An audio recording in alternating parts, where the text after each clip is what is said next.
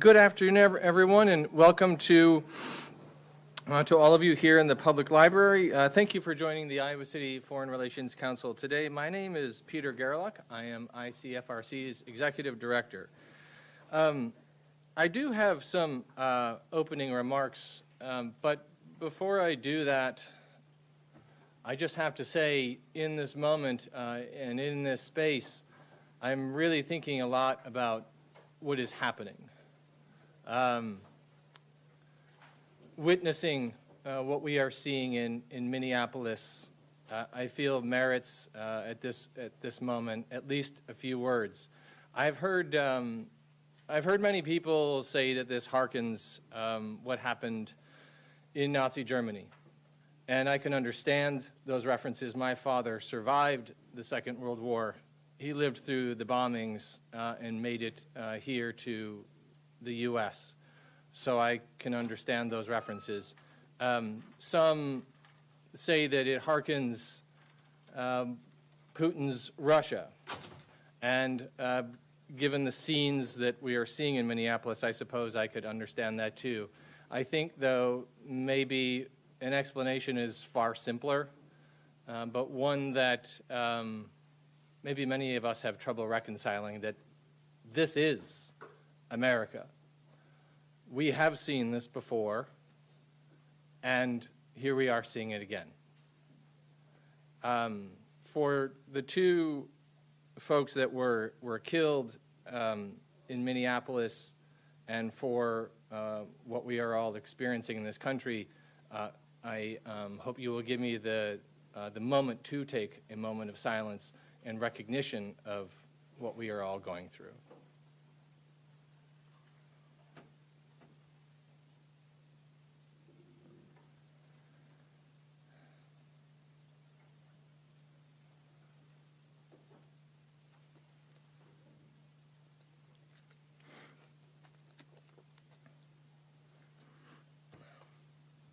Thank you.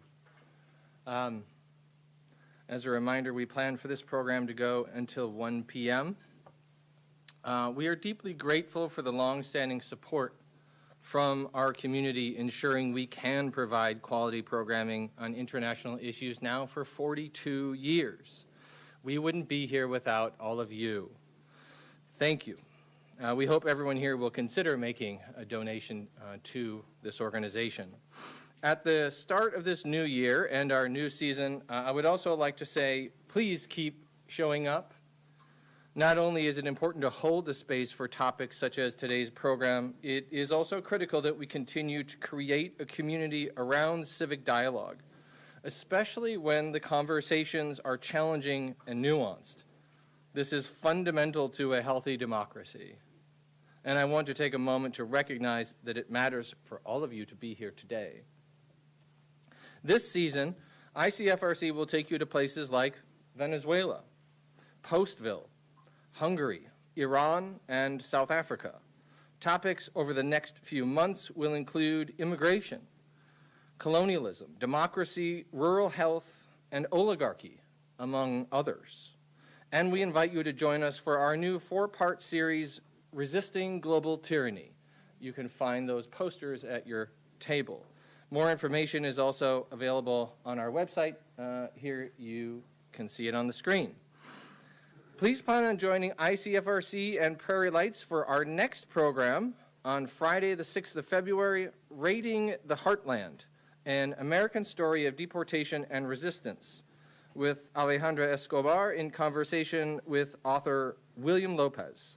Across the United States, Immigration and Customs Enforcement upends small towns and rural communities by staging dramatic raids and rounding up hundreds of people in a single day. These worksite raids fracture families, devastate local economies, and spread fear and trauma that lingers for years. Yet in the wake of these devastating raids, immigrant communities exhibit resilience, resistance, creativity, and an extraordinary determination to rebuild. So that's going to be an excellent program, and books will be available for purchase. With that, let's turn to today's program. ICFRC would like to give a heartfelt thank you to our partners, the Iowa City Public Library, and the World Affairs Council of Miami. And it is truly my pleasure to introduce our speaker today. Very good. Okay. Let's go to, I want to make sure we're on full screen. That'll work. Okay. Aaron Rosen serves as president and founder of the World Affairs Council of Miami, where he is responsible for standing up the council and executing its programs, development, and strategic vision. He is a term member of the Council on Foreign Relations and a 2024 Eisenhower Fellow, during which he researched disinformation, media literacy, and democratic resilience in Eastern and Northern Europe. In addition to his policy work, Aaron imports building supplies to Florida. Prior to founding the World Affairs Council of Miami, Aaron researched international technology policy and Russian affairs with the Alpha Fellowship program in Moscow. He previously worked as a Washington, D.C.-based U.S. foreign policy specialist covering Europe, the Middle East, East Asia, and Latin America for MUFG Bank, formerly the Bank of Tokyo Mitsubishi UFJ, and completed a graduate fellowship with the European Parliament in Brussels. Aaron has experience working with various legislative and diplomatic bodies, including the U.S. Congress, German Bundestag, Austrian House of Representatives, the Canadian House of Commons, Luxembourg Chamber of Deputies, Embassy of Mexico in the United States, and the European Parliament Liaison Office to the U.S. Congress. Aaron earned a dual master's in U.S. foreign policy and international history from the George Washington University and the London School of Economics, and holds a bachelor's in international relations and comparative politics from the University of Central Florida. Aaron was born in Southern California and raised in South Florida. He speaks German, Spanish, and intermediate Russian. Ladies and gentlemen, please help me in welcoming Aaron Rosen. Thank you very much, Peter, and thank you to all of you. It's a pleasure to be here, and I'm really looking forward to today's conversation. Big thank you to the Iowa City Foreign Relations Council for hosting this in the public library. It's my pleasure to join this conversation. So I'm going to start off with a couple of high-level remarks and kind of overview the situation, and then Peter and I will have a nice chat about U.S. Venezuela relations, the capture of Maduro, and kind of where things might be headed, and then we'll open it up to all of you. So I really hope that you have many questions. Our community here in South Florida is sort of intimately connected to this due to reasons that I'll touch on in a moment. But I think that there's also a lot of interest around the country in kind of what this means for U.S. foreign policy, and how it's changed in the way we think about the exercise of American power abroad. So with that, I think I'll start off here. In South Florida, we have a very big Venezuelan diaspora, and we have also a very big Cuban diaspora, and a very big diaspora from pretty much every country you could imagine across Latin America, across the Americas, including Canada. And so what that means is that, like, when you walk around South Florida and you listen to conversations people are having in their homes, in cafes and restaurants and businesses, you're getting the most intimate take on what's happening in Nicaragua, what's happening with the currency of Argentina, what's happening with the capture of Maduro in Venezuela, what's the situation like with shortages of supplies in Cuba. You're getting all that because it's kind of filtering through the diasporas here to Miami. And so with the World Affairs Council of Miami and myself and others who work in kind of the political analysis space here in South Florida, we get to have the privilege of kind of having like one ear to the ground that is reverberating, rumors and information, from throughout the region here in our city. And we do our best to try to, professionalize the information, assess it, and then communicate it to the public. And the way we communicate that, as I'm sure is true in Iowa City, is through a nonpartisan, independent, and non-institutional position-taking perspective, which means that we try to convey the most professional information possible. We don't say we're for or against this, and we don't try to make you reach a certain conclusion. We try to basically arm you with the best intel possible, and then hope that with that you will be a better informed citizen. With that, I want to start here. It's very hard to imagine what it's like to live under dictatorship. I haven't lived in Venezuela, but as Peter mentioned, I have lived in places like Russia under the Putin system. And when you spend time in those systems, you come to understand that for most people that you're working next to, living next to, interacting with, there's really no sense of hope for the future. It's very hard to plan long term, and it's very hard to have a sense of anything other than cynicism for what life may bring. And that's been true for the Venezuelan community for going on 20 years now. And we're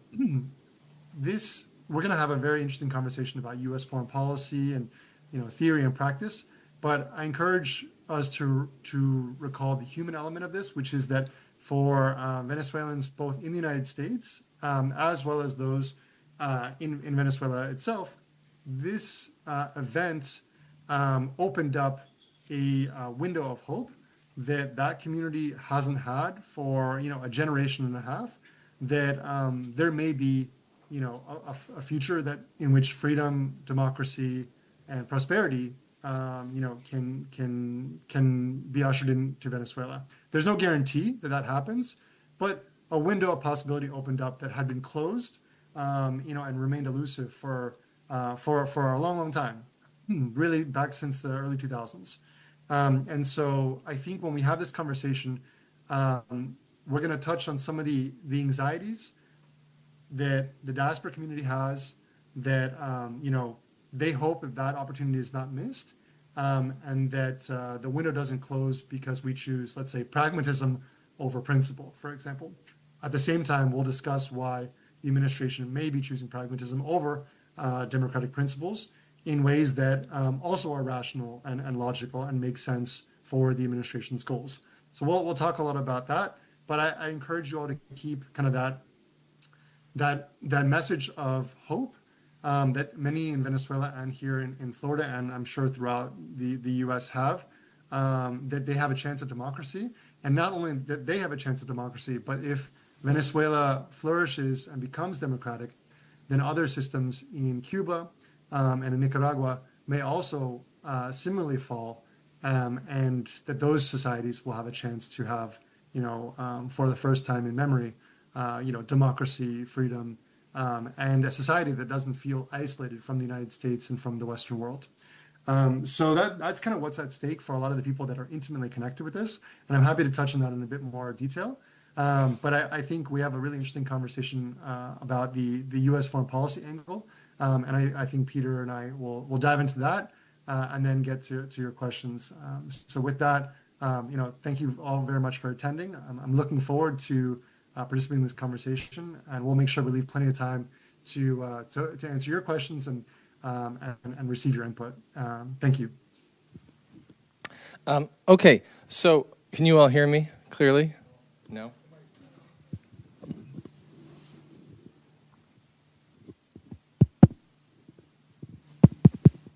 How about now? Yeah? So? Okay. I'll try and get it very close to my face and speak a little louder. How about that? Okay. Okay, so Aaron, to begin, talking a little bit about the reactions to Maduro's ouster, according to Venezuelans in the United States. So how do people, as you're talking with them or you're hearing the sentiments across your community, how do they sort of reconcile their elation about Maduro being deposed with their own legal precarity here in the U.S., with most of them being on TPS or temporary protected status, which the Trump administration has ended, and those folks are now in legal limbo. Absolutely. So there's two parts here. There's one is the reaction of the Venezuelan community to the capture of Maduro, and there's the other with regard to migration status, and there's a bit of a paradox there, and which we can talk about. So the first is that a lot we can theorize about the legality of this action as it pertains to international law. What are the exact charges against Maduro and his wife? What are the exact charges against kind of the Venezuelan state more broadly? And I'm happy to also talk about that. But just stepping back and looking at the reaction from the Venezuelan community, this was met with widespread support. I mean, it kind of harkens back to when, Fidel Castro died and, people in Little Havana, which is a neighborhood here in Miami, were, partying till the break of dawn, basically, right? I don't mean to specifically endorse partying at anyone's death, just that reflects kind of the euphoria that a lot of people had, that an era of oppression and darkness was over and there might be something new. At the same time, I think that death of Fidel, and the euphoria that temporarily arose gives us a good window into, the cautionary tale of what might come next, which is that change may not come. And I think that gives way to the anxiety, which is that, the Cuban system was able to outlive Fidel Castro, and the Venezuelan system was able to outlive Hugo Chavez. This Venezuelan system, which is the Venezuelan path to socialism, was a revolutionary movement led by Hugo Chavez. It was called Bolivarian socialism, which was sort of like a pro-labor, anti-U.S. imperialist redistribution of wealth nationalism that basically was able to outlive the cult of personality created by its founder, Hugo Chavez, through the continued administration of the state by his handpicked successor, Nicolas Maduro. So these systems can outlive these individuals. And I think that's where the community is right now. It's euphoria that finally we have a chance, that there's a window of hope. But at the same time, this, anxiety that, like, if we just maintain a relationship with the current administration under another name, which is currently where things are at, then then the community, the Venezuelans, may lose that opportunity to have freedom, and they may just change, one leader with another. But the system of repression may remain in place. With regard to the immigration status, that's where there is a paradox, right? Because essentially you have two things. You have, the administration saying, and this was true also before the action against Maduro. You have the Trump administration saying, we can revoke TPS status because, Venezuela is no longer dangerous and you can go back. At the same time, the United States is waging, a law enforcement / military action against the leadership of Venezuela because we are accusing it of being, a narco state that is essentially a safe haven for our rivals and enemies. And so that doesn't square perfectly. And I think that the Venezuelan community and many of the many elements of the Hispanic community more broadly in South Florida is very wary about how the administration is engaging on migration and particularly the revoking of TPS status. And that's true also with the Cuban community here. So I think that there's heightened anxiety over immigration policy in the United States and in South Florida. But there's still also a sense of hope amongst many of those Venezuelans and Cubans who essentially see the Trump administration as the first administration in recent memory to actually take action against, their biggest enemy, which is the state, the Venezuelan state, and also threaten to basically execute that kind of change in Cuba as well. And that's really what these diaspora communities have been waiting for generations. So you have to kind of hold that almost paradoxical position in your head of being anxious about migration matters, but also saying, well, these are the first politicians that have actually come through and come to defend us against our oppressors. So we want to see how this plays out. Does that make sense? Yeah, absolutely. And I guess too, I'm thinking a lot these days about, in terms of reaction, what folks in South Florida are hearing from their family members, their friends who are today, only 23 days after this military incursion to oust Nicolas Maduro, that things in Venezuela are also, quite unstable, quite uncertain, and scary for lots of folks. What do you hear from Venezuelans in South Florida? What are they telling you about what life is like right now in their home country? Yeah, it's an excellent question, and just at the end of last week, on I think it was Thursday, I was over at the University of Miami for a panel on exactly this topic, and many of the audience members were Venezuelan, Venezuelan American or Venezuelan themselves, and all had family and friends back in Venezuela. And the panel ended up being more of a conversation with the audience. And And the big takeaway was that, for a lot of Venezuelans back home, they are nervous because at the moment, the system hasn't changed. And in fact, there's a lot of score settling going on where, the regime and security services can use, the moment of uncertainty to, punish enemies, to go after rivals. And so, there's a sense of fear that that the opportunity, if it's not acted on properly, can be missed. The opportunity being a transition to democracy, and in the moment, there's again this sort of paradoxical feeling of surprise and euphoria at the removal of Maduro, who was not by any means beloved by Venezuelans. I mean, we have to remember that in 2024. There was a democratic election in Venezuela, and the government clearly lost the election. They just didn't honor it, and that was also part of their delegitimization or further delegitimization in the eyes of many other countries like the United States. Is that this government was clearly voted out, and they just rejected the vote. But so it's very clear. It's hard to poll in authoritarian states, but it's very clear from these elections that took place that Venezuelans are not supportive of that system, and had voted for change. Could not receive that change through vote because the system didn't allow it, and so then welcomed that change through military action. But again, that change is at risk of being superficial if there isn't systemic change. And that also pertains to mass release of political prisoners, to reform of the Justice Department, into something that actually perpetrates justice and not oppression and injustice and authoritarianism, and then overall confidence, also economic confidence, to allow Venezuelans to feel like they can operate in a legitimate economy that is connected with the world and operates based on supply and demand principles and with property rights and all this. So there's been a sort of shallowing out of the rule of law in an economic, political, and social sense in Venezuela for nearly 20 years.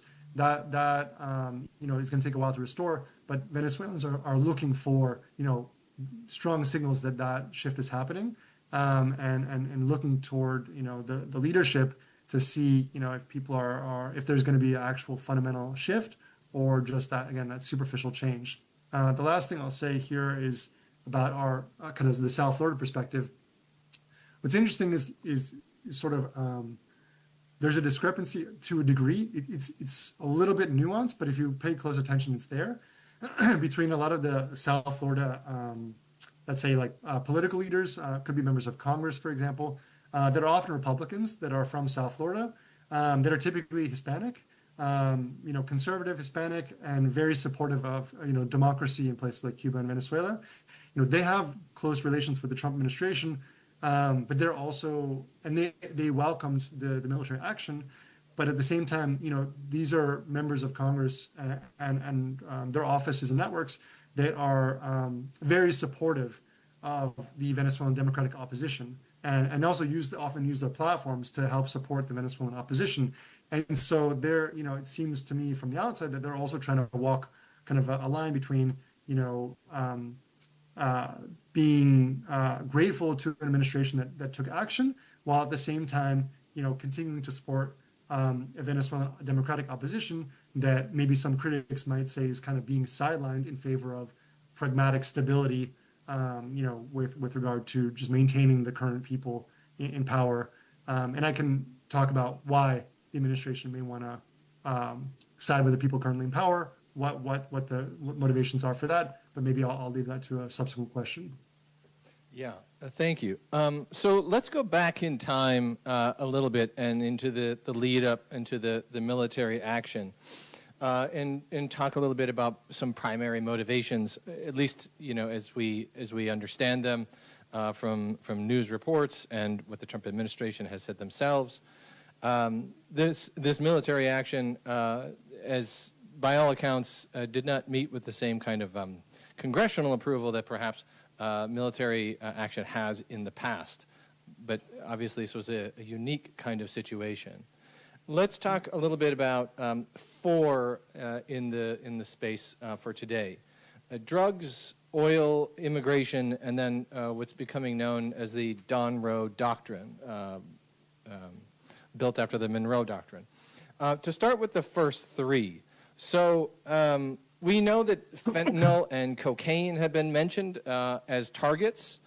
Drug trafficking was the stated reason for the many strikes on the boats preceding January 3rd. We also know that in terms of oil, with some of the largest untapped reserves in the world in Venezuela, we've been told that there are benefits for Americans and for Venezuelan for possible future revenues.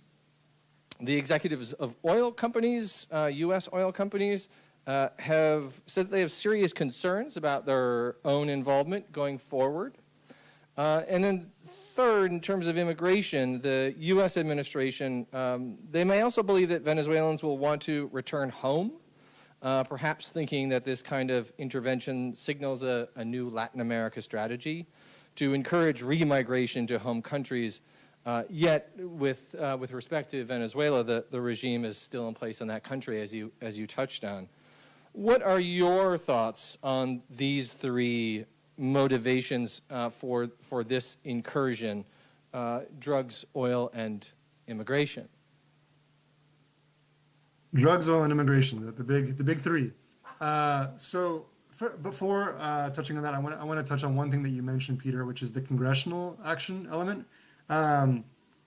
We were talking about that also last week over at the University of Miami, and I think that what's helpful is thinking about this in the context that we have watched the war on terror in the Middle East play out really since 9/11, which is that essentially we as voters, as Americans, and also particularly our legislators in Congress have essentially allowed a swelling of power to transpire in the executive branch, in the presidency, to go after terrorists. You can pull up a map of where the U.S. under every administration going back to 9/11 has struck terrorists.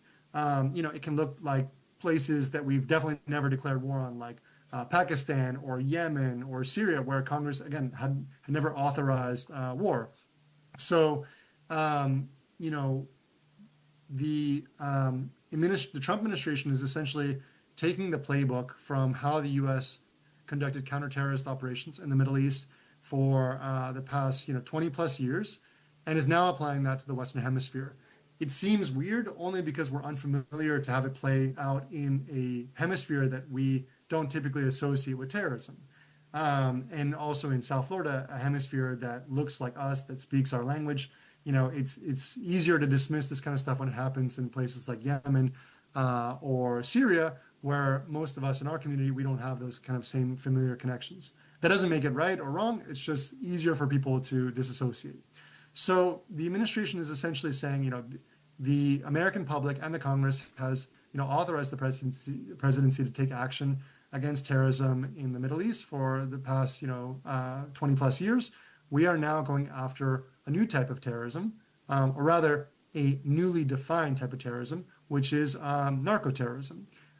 You may recall that when the president took office about a year ago, one of the first things that he did, amongst a flurry of executive actions, was put out an executive order that labeled transnational criminal organizations or cartels as terrorist organizations. This, I think, is really helpful in understanding kind of the mentality and the strategy behind going after these organizations with, the same tools and strategy that we went after organizations like Al-Qaeda and the governments that harbored them. So with that, I think, it makes more sense now to look at Venezuela and say, all right, the United States Justice Department, across administrations, even going back to the Obama administration and overlapping with the Biden administration, saw the Maduro government as a facilitator of the narcotics trade. Less fentanyl, mostly focused on cocaine, and particularly as like a transshipment place.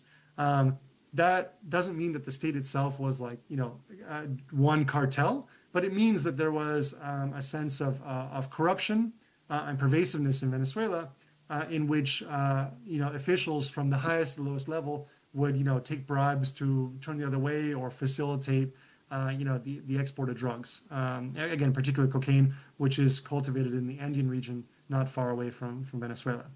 And so the connection of Venezuela as a narco state has credibility. It doesn't mean that the state is one cohesive kind of gang, a cartel. That language that the administration initially used, they've sort of walked away from that now in the indictments against Maduro, because it doesn't really. It's more like public communications and marketing. It doesn't really hold like legal weight, but definitely on the individual basis, it's true. And there was an example, I believe it was under the late second-term Obama administration, when the nephew and niece of Nicolas Maduro were arrested by the DEA in a private plane in Haiti en route to the United States, and the private charter plane was filled with cocaine, for example. Those things don't happen in the president of Venezuela's immediate family without knowledge of the state. And it was a diplomatic dispute between the U.S. and Venezuela. So this has been an ongoing issue for a while.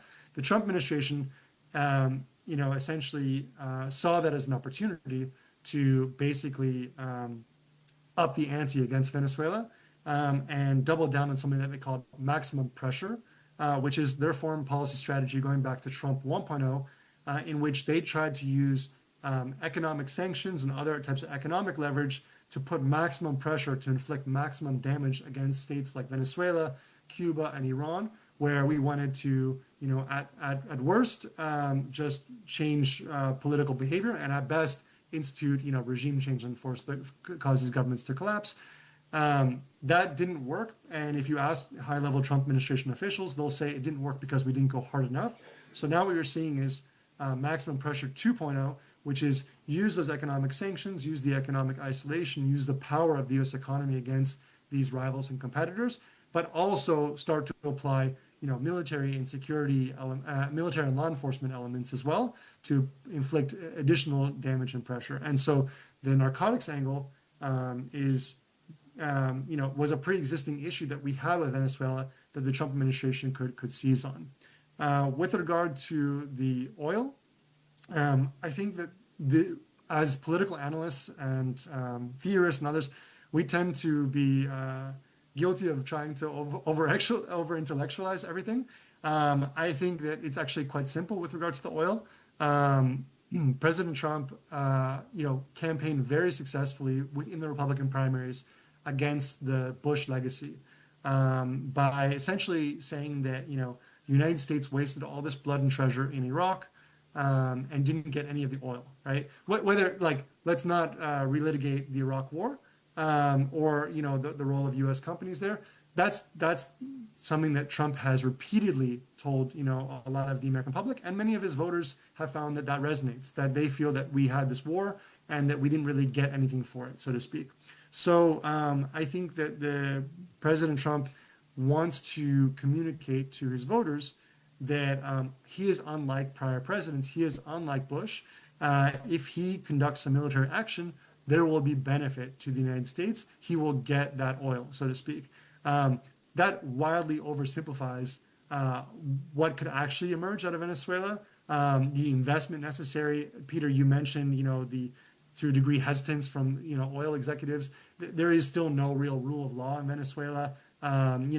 These companies, had their infrastructures and operations, appropriated and nationalized previously. So that doesn't just inspire confidence to race back in. So the realities, political, technical, economic, legal, are very complicated. The U.S. also doesn't have tons of expertise in selling a foreign country's oil, for example.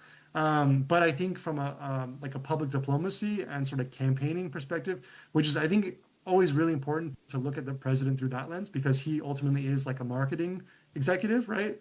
I think it's that kind of gives a little bit of insight into the oil angle and how he believes that differentiates him from others. And it will take a long time to see actually how that plays out in reality. But I think he needs to make that case for his voters, especially as the president has seen support amongst Republicans ebb a little bit from historic highs. So that's my point on that. And then with regard to the last point, immigration, Peter, yeah, I mean, I touched on that before, but the paradox is ultimately that the administration wanted Venezuelans and many other immigrants to go back to their countries before this operation. If the operation is a success, and from a democratic perspective is successful in ushering a new free democratic prosperous Venezuela, then yeah, I'm sure that the administration will say, look, we were able to institute this this new chapter of Venezuelan history. You guys can go back home. You don't need refugee status in the United States. You don't need TPS status here. But I think even if that's not possible, we have some type of pragmatic relationship with the Delcy Rodriguez administration, which is the current interim president of Venezuela. The administration, I don't think is going to lean any more favorably toward maintaining, the Venezuelan community because, this is an administration that is clearly very hardline on, expelling these immigrants in the United States. And again, also there are multiple factions within the administration that are pursuing kind of different, sometimes overlapping, sometimes contrasting policy goals. So, the migration people are not necessarily the same exact people, pursuing, U.S. foreign policy, executing U.S. foreign policy in Venezuela. But the administration is doing its best to kind of synthesize these things as one kind of coherent Trump foreign and domestic policy. Good. I love the detail with which you've gone into each one of those motivations. Let's talk about a fourth one, which is, as I noted, being termed the Monroe Doctrine. So perhaps just to begin, could you explain for us? We're not all scholars of history and international relations. What is the Monroe Doctrine, and why is it now being reprised with this current administration in the ways that we have seen and or heard with thoughts, lots of word and potential action in places like Greenland and Cuba and Colombia, Canada. Yeah, but let's start first with the Monroe Doctrine and perhaps the Roosevelt Corollary and what it means today. Sure. So, okay. So at a high level, the Monroe Doctrine is essentially the view that in the age of empire and traditional colonialism, that European powers no longer had the right to have a foothold in the Americas, and that the United States would assure through its own rising influence and power responsibility for the basically prevention of European colonial power in the Americas. So essentially what that means is the Americas are our sphere of influence, and European colonial powers should focus elsewhere, that they are no longer welcome in the Americas. You can look at things charitably and say that that was to allow for other American-style revolutions that favored new systems of government to transpire in Latin America, and indeed some did and some were. The initial, like Simón Bolívar and his revolution, while it ended in military dictatorship and a fracturing of the state that he built, was initially very much inspired by the United States. Simón Bolívar was the kind of liberator of countries like Venezuela and Colombia, and to a degree Panama, and from Spanish colonialism. And Simón Bolívar was kind of the George Washington of that part of northern South America, and was very inspired by U.S. founding documents. He was in correspondence with early U.S.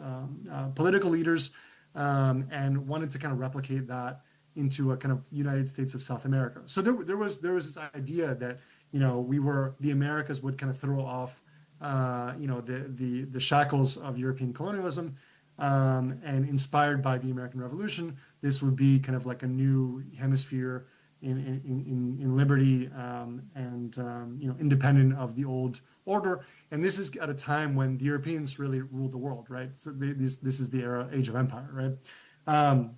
The less charitable view is that was, a pretense for the United States to exercise its power as a rising, imperial nation and seek to essentially replace the European powers as the preeminent power in the Western Hemisphere. And the truth is, in most things, a combination of both things, because multiple things can be true at once.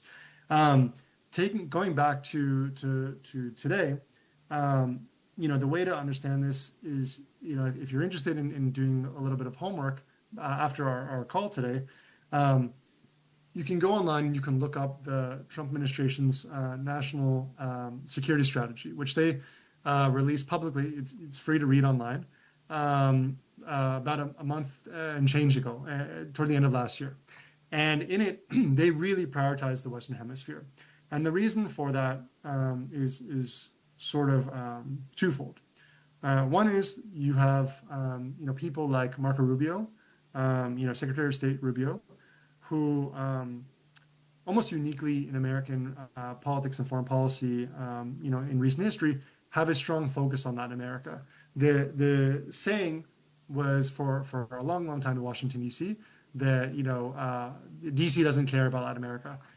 We focus on Europe. That's where our traditional allies are in East Asia. We focus on the Pacific theater because that's where the future of the 21st century, economic battle will play out. We focus on maybe Africa for humanitarian purposes and the Middle East for conflict, security, and counterterrorism. Latin America sort of just skates by basically, and without U.S. focus, and that's allowed countries like China to basically step in as and overtake the U.S. as the region's economic partner, as the region's investor, trading partner, creditor, and increasingly now in certain areas with installations that also can serve dual civilian and military use, whether that's ports or whether that's so-called space facilities, for example, in Argentina. So there's a sense that amongst Latin Americanists like Rubio, that the United States has sort of forgotten about the Americas, about Latin America, and that's allowed for countries like China to step in. During the Cold War, Latin America was a hotbed of competition between the U.S. and the Soviet Union, but after the Cold War ended, we sort of moved on to the Middle East and then to East Asia and Eastern Europe. So you have basically the Rubio team that's essentially saying this is the first time we can really prioritize in our hemisphere, and I think they fused that into something that is attractive for President Trump, which is essentially a region in which the U.S. can exert tremendous leverage because Donald Trump likes diplomacy and likes foreign policy in which he has tremendous leverage over those on the other side of the table. That's much tougher with the Russians. That's much tougher with the Chinese. And you can see we're not always getting very far with the Russians and Chinese, but over Latin America, the United States has tremendous leverage. And the Americas more broadly, that includes Canada, unfortunately. So you basically can wrap this region in historical and in contemporary great power competition lenses, and then also kind of serve it up to President Trump and say, this is also a region where the United States can exert tremendous leverage vis-a-vis, one-on-one bilateral negotiations. And that's something that Donald Trump likes. And then you present him with situations like Venezuela, where, the United States can, has the opportunity to execute a high level and potentially successful military operation that provides a really marketable foreign policy win for the Trump administration amidst a conflict, a global environment that has a lot of current stalemates, especially on things that we care about, like the Ukraine war, like what happens next in Gaza, or like the U.S.-China relationship. The administration is looking for wins, and Latin America provides an environment in which you can procure them.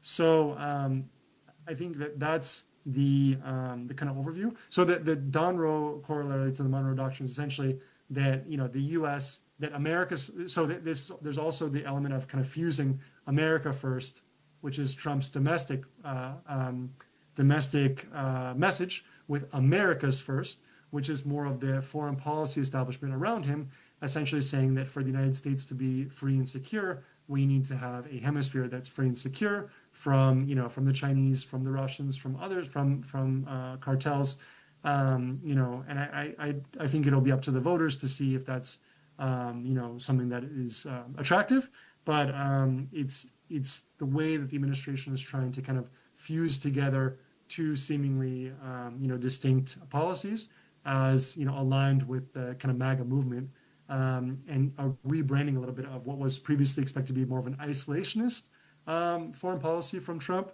to an actually quite an interventionist, but in a different way than we had in the Middle East, where it's more of like a light touch, non-occupational interventionist, but one that is very aggressive in its use and application of U.S. power to achieve goals. And I can talk about Greenland in a second too, if you're interested. But I wanted to focus on Latin America. We can discuss Greenland and Canada if there's separate interest in that. But I wanted to first focus on Latin America and that angle. Does that make sense? There's a lot there. But if anything wasn't clear or I glossed over something, I'm happy to dive into anything in more detail, also with the questions. Yeah. And so one more question. As usual, I have far too many questions. And you have incredible answers. So rather than touch on, you talked about spheres of influence theory. You've talked about Russia and China, and maybe folks in the room have questions about what comes next with respect to the wider world, perhaps. But let me close with this one and just get some brief remarks from you, and we'll see what the audience is wondering about themselves. So. Really, since this incursion on the 3rd of January, Venezuela has, at least in the second half of this month, has really not been in the headlines since then, right? We are now moving on to to other countries, other topics. There's a lot going on in the United States, talk of Greenland and elsewhere. So, have we moved on from Venezuela? Is this on the side burner now? Has the big thing really happened and now it's a more of a long-term engagement there? So with respect to Venezuela, where does the administration go from here? Especially as you noted, there hasn't been regime change. And so there is a kind of stability or continuity that exists in Venezuela. But what does this mean for the U.S. administration with respect to Venezuela, and how should we understand the ongoing relationship with that country? I think the answer to this one is going to be less emotionally satisfying, because the truth is that a lot of the kind of back channel negotiations are just not really public right now. So there is a multitude of conversations happening kind of at once, between lobbying from the Venezuelan Democratic Opposition on the administration to get their support. You saw the visit of Maria Machado to the White House and presenting the Peace Prize to Trump to try to curry favor.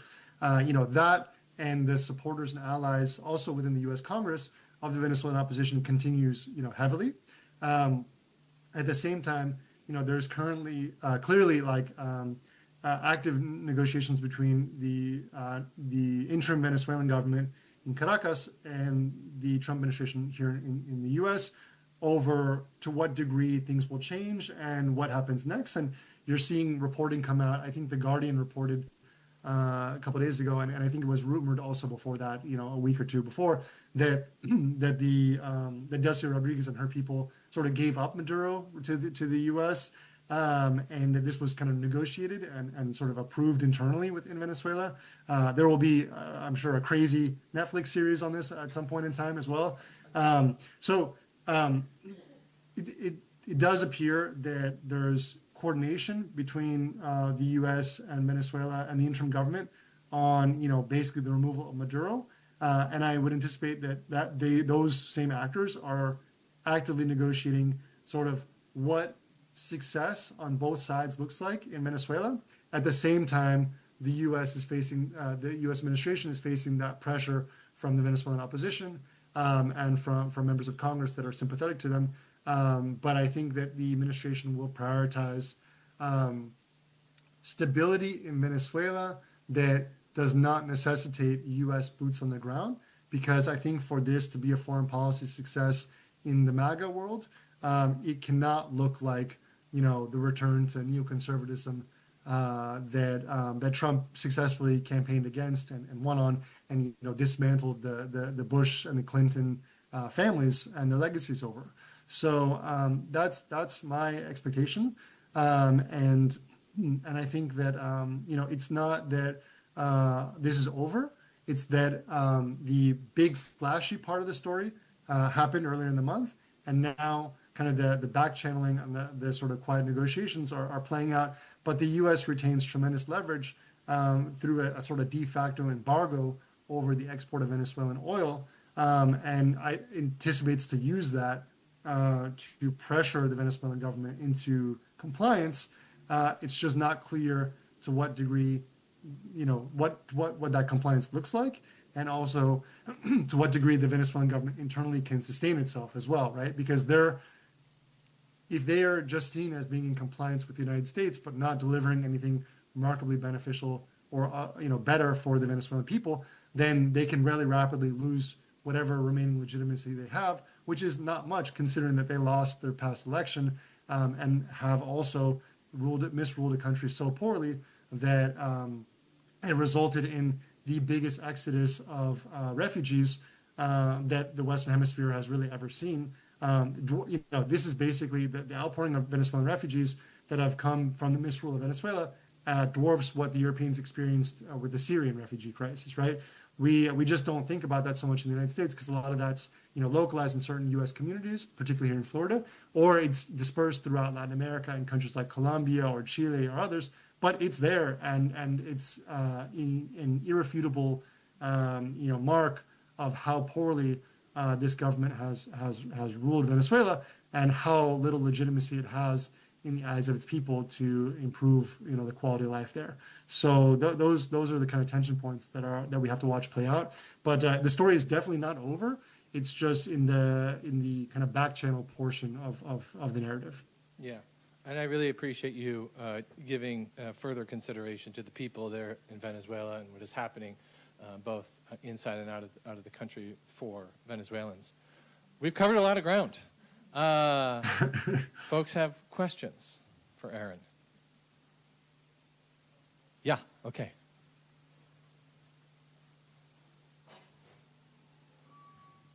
Hi, Aaron. Welcome. Before coming to today's program, I was looking at Venezuela stories to try to get a handle on what's been happening recently. One thing I noticed was that people are talking about food, access to food, nutrition, especially for hunger in the country. I wonder how Venezuelans are doing. Thank you so much for your question. And also, Peter, maybe we can share, we put together a couple resources, you know, if you guys are interested, for follow-up, getting involved or becoming more informed as well. So I don't know if we can show those on the screen, or Peter will circulate them afterwards. But one of the to the question, one of the links that we'll share is to, you know, organizations, NGOs doing good work in Venezuela to help alleviate, you know, some of the major social ills, and one of them is definitely food related and famine related. You know, frankly, the situation in Venezuela is quite bad. It has been a mark of different uprisings in contemporary Venezuelan history, the shortages people have had over food and nutrition. One of the big protest movements a few years back was really famous abroad because there was a protester that just put up a sign that said, like, no hay comida, there's no food, you know, and that really said it all. And those conditions, they ebb and flow depending on, you know, when you look at Venezuela, at what moment in time you look. But it's still been a concern, and I know that there's studies that look at like the average weight loss over, the past X amount of years that the average Venezuelan has experienced. And it's I don't remember the exact number. I don't want to butcher the figure, but it's terrifying and deeply upsetting. And frankly, it speaks to the fact that this is a regime that hasn't really been able to feed its people. And even if we don't even say feed its people, allowed for there to be economic conditions in which people can feed themselves.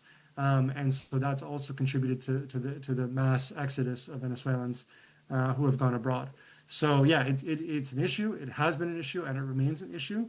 And if you're interested, we'll share some resources, including one that you can if you're interested. No, I don't work for those organizations, but if you'd like to, you can donate to some of those NGOs on the ground doing work to try to alleviate some of that. Yeah, thank you, Aaron. And we will share out those resources that Aaron just mentioned afterwards. So please look for that. Folks in Venezuela really do, in all sorts of ways, need our help. Yes. If we could just focus on Cuba for a second. Cuban-American Marco Rubio would love to see regime change on the island. Now that Venezuela's U.S. blockade of their oil exports eliminates Cuba's primary source of imported energy, leaving Mexico as the sole major exporter of oil to Cuba in exchange for 3,000 Cuban doctors, right? Do you expect the Trump administration and Marco Rubio to try to pressure Cuba to curtail its subsidized oil exports, thus creating conditions for regime change in Cuba? Yeah, that's a very informed and excellent question. So I commend you on that.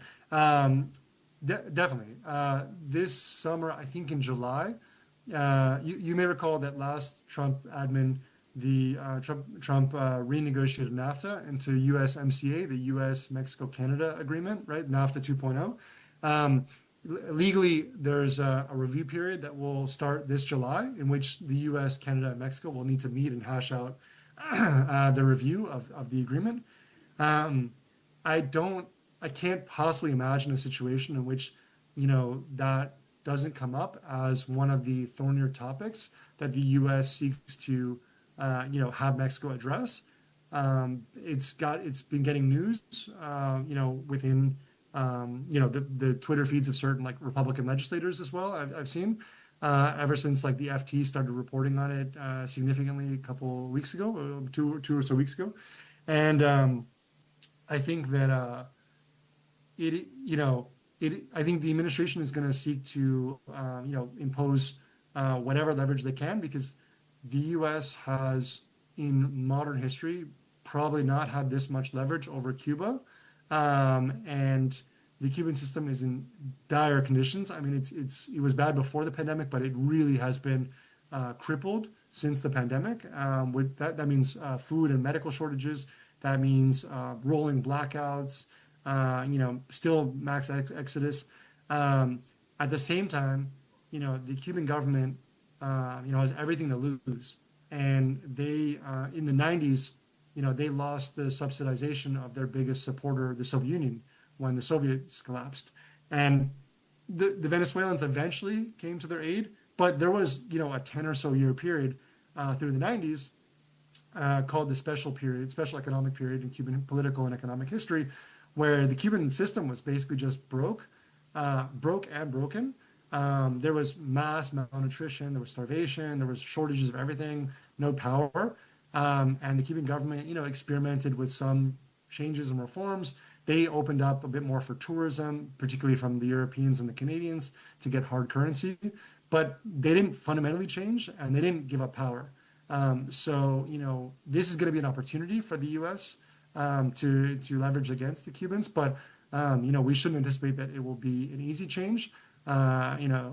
Typically in communist systems and dictatorships, it's not like in America when you lose power, you retire to your ranch and write a memoir.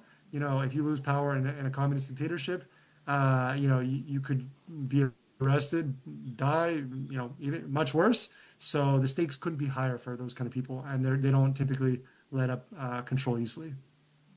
Okay, we have time for two more questions. First, a live stream question, and then one finally here in the room. from a viewer online. I would like to hear your thoughts about Greenland and Canada with reference to Canadian Prime Minister Carney's speech at Davos last Tuesday that there is a rupture in the world order. Yeah. Okay. So first Canada, and then Greenland, although it's certainly connected. I think that the Canadian perspective is basically saying the quiet part out loud amongst, from the perspective of many of our many of our partners and allies, and many also in the United States who favor a more traditional, alliance-oriented U.S. foreign policy, which is essentially that the United States is an unreliable partner and ally, is not respectful of our partners and our alliances, is taking them for granted, and is not recognizing the tremendous value that these relationships pose for the United States, keeping in mind that the Chinese and Russians, they don't really have allies. They have, some client states, and some temporary partners, partners and communities. But the United States is the only country to have this degree of sophisticated alliance system. And within that alliance system, there's NATO and others in East Asia. But within that alliance system, especially if you consider NATO, we are the ones that have activated it when we were attacked after 9/11. So there's a lot of frustration amongst, the Canadians, amongst the Brits, amongst the Danes, that, that our president is, either misinformed about, the way that allies have come to aid U.S. soldiers in the field particularly after 9/11, or doesn't care. And I don't know, which one is worse, but it's not great. And so I think there's frustration over the lack of respect. And then I think there's also a sense that, it's not just frustration, it's a lack of reliability on the United States because we're not a reliable partner. So that is leading to conversations like, the Canadians looking toward alternative markets, the European Union, discussing, how to be more responsible for its own security and defense. I will say that I don't believe that President Trump's statements about partners and allies are widely shared amongst Americans or amongst many people in the foreign policy or military communities. And I think are a little bit of a, especially from the polling data that we have, like a bit out of touch from what most Americans would agree to. And I think most Americans support the alliance system. And certainly that is so if you talk to people who work in the foreign policy and military domains. So I anticipate that in a post-Trump context where there's a more traditional view toward alliances and partnerships in the White House, there will be more of a reestablishment of that, but it will require work to overcome the mistrust and the disrespect felt amongst partners and allies. On Greenland, the administration sees it as part of the Americas, as part of their America's First foreign policy, and also, as I mentioned before, as an area where Trump can apply tremendous leverage because he's not going up against the Russians or the Chinese, he's going up against Denmark, right, and the Europeans. And the Europeans who people in the White House consider, disorganized, divided, and not particularly strong. So that's an area where, again, the White House feels like they can apply tremendous leverage. The reality, obviously, is that the United States can pretty much do whatever it wants in Greenland prior to any of this, and so there's very little technically to be gained, but for a presidency that is about maximizing the aesthetics and appearance of power, it's a way for the president to particularly to his voters to look powerful.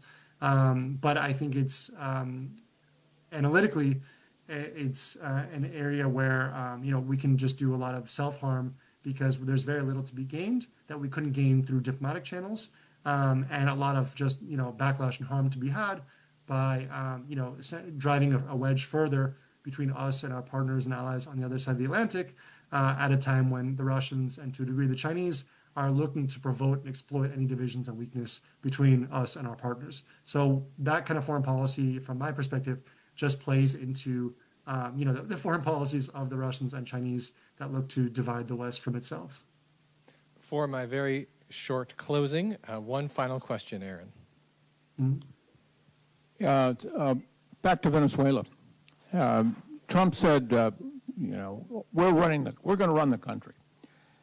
And so we have this vice president of Maduro and the Peace Prize winner. Who is running the country, and what's going on in regards to, trying to make it better than what it was? Yeah, I think Trump saying we're running the country, I think is about, it's more, again, that marketing or PR or public diplomacy, however you want to call it, but the basically exhibiting a sense of power and control, that he's the decision maker, that he's the boss, because that's how he likes to convey, his that's how he likes to communicate. What I think that means in actual technical detail is that the U.S.